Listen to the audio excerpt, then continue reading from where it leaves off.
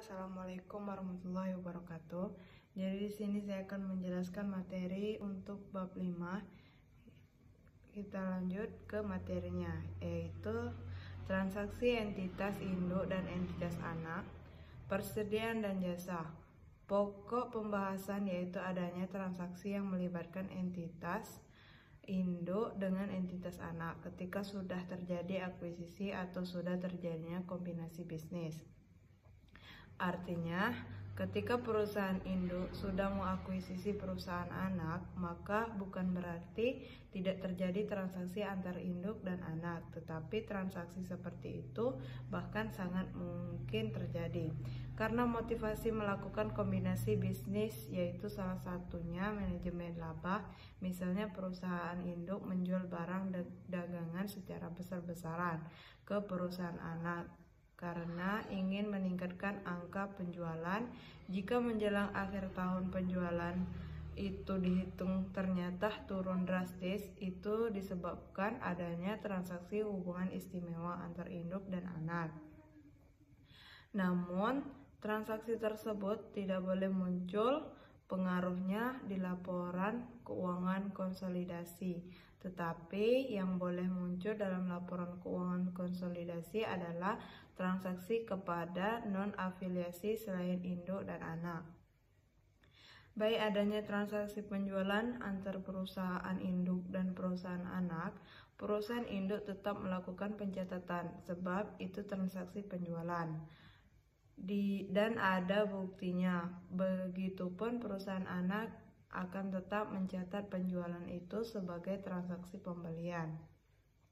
Masing-masing di pembukuan perusahaan induk dan perusahaan anak dicatat, dan pada saat menyusun laporan keuangan konsolidasi dalam neraca saldo perusahaan induk termasuk penjualan terhadap perusahaan anak. Kemudian pembelian yang dilaporkan persediaan menggunakan sistem perpetual, maka persediaan yang dilaporkan neraca perusahaan anak merupakan persediaan yang diperoleh dari perusahaan induk. Sehingga akan timbul proses eliminasi berupa yang pertama, proses eliminasi penjualan yang dilakukan antara perusahaan induk dan perusahaan anak. Dan yang kedua, jika perusahaan anak membeli persediaan barang dagang dari perusahaan induk dan barang dagang tersebut terjual kepada perusahaan non-afiliasi, maka penjualan yang boleh diakui adalah penjualan yang dilakukan perusahaan anak kepada perusahaan non-afiliasi. Laporan keuangan konsolidasi adalah laporan keuangan yang menyajikan informasi tentang kinerja dan posisi keuangan perusahaan termasuk arus kas dan dari suatu kelompok usaha, bukan dari entitas tunggal, tetapi dari kelompok usaha yang bergabung. Jadi, laporan keuangan konsolidasi ini mencerminkan laporan keuangan dari entitas induk dan anak, walaupun secara pelaporan perusahaan induk dan anak ini adalah satu entitas pelaporan kecuali pencatatan yang masih disebut entitas yang terpisah. Kita lanjut untuk transaksi entitas induk dan entitas anak. Entitas induk tidak hanya memiliki entitas anak atau ada beberapa entitas anak, maka yang dikatakan transaksi dalam hal ini yaitu barang dagang itu mengalir dari entitas induk dan entitas anak.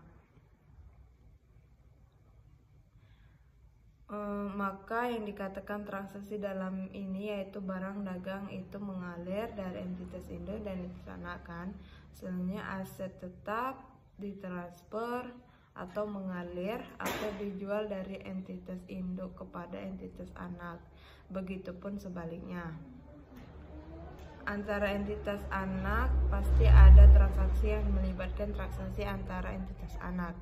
Yang kedua, pentingnya eliminasi atas transaksi antara entitas induk dan entitas anak. Adanya transaksi yang melibatkan entitas induk bertransaksi transaksi kepada entitas anak, maka dampak atau pengaruh tersebut tidak boleh dimunculkan, tetapi harus dieliminasi.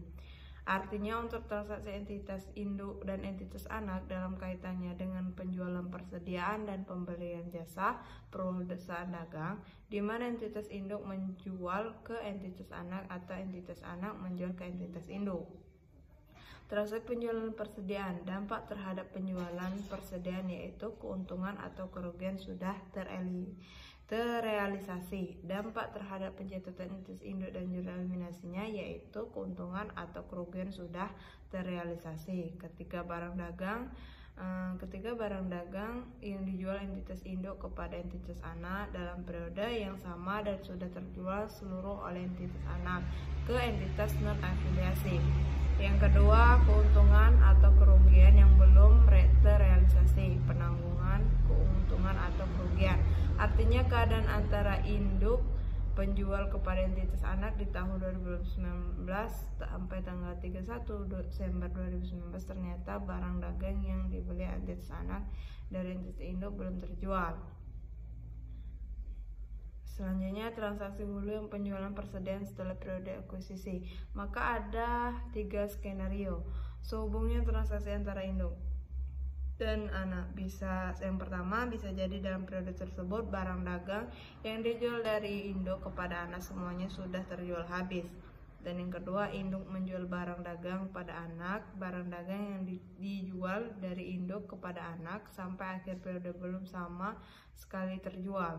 Dan yang ketiga, adanya sebagian dari barang dagang yang dijual dari induk kepada anak itu sudah terjual atau sudah terjual kepada perusahaan non afiliasi. Selanjutnya,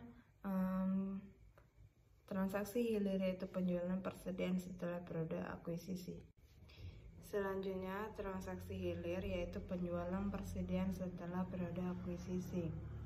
Artinya yang menjual barang dagang adalah perusahaan anak kepada perusahaan induk, maka pengaruh kepemilikan perusahaan induk pada perusahaan anak sebesar persentase kepemilikan, sehingga ketika mencatat keuntungan yang ditangguhkan atau keuntungan yang sudah terrealisasi, maka pencatatannya harus dialihkan dengan persentase kepemilikan.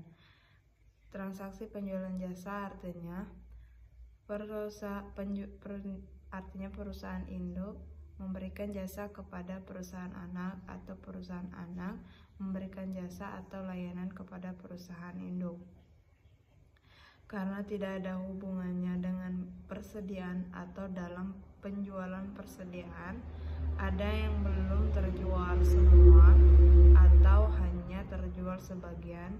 Sedangkan untuk penjualan jasa, ketika perusahaan induk memberikan jasa kepada perusahaan anak atau perusahaan anak memberikan jasa ketika transaksi itu selesai, maka akuntansi sudah 100%.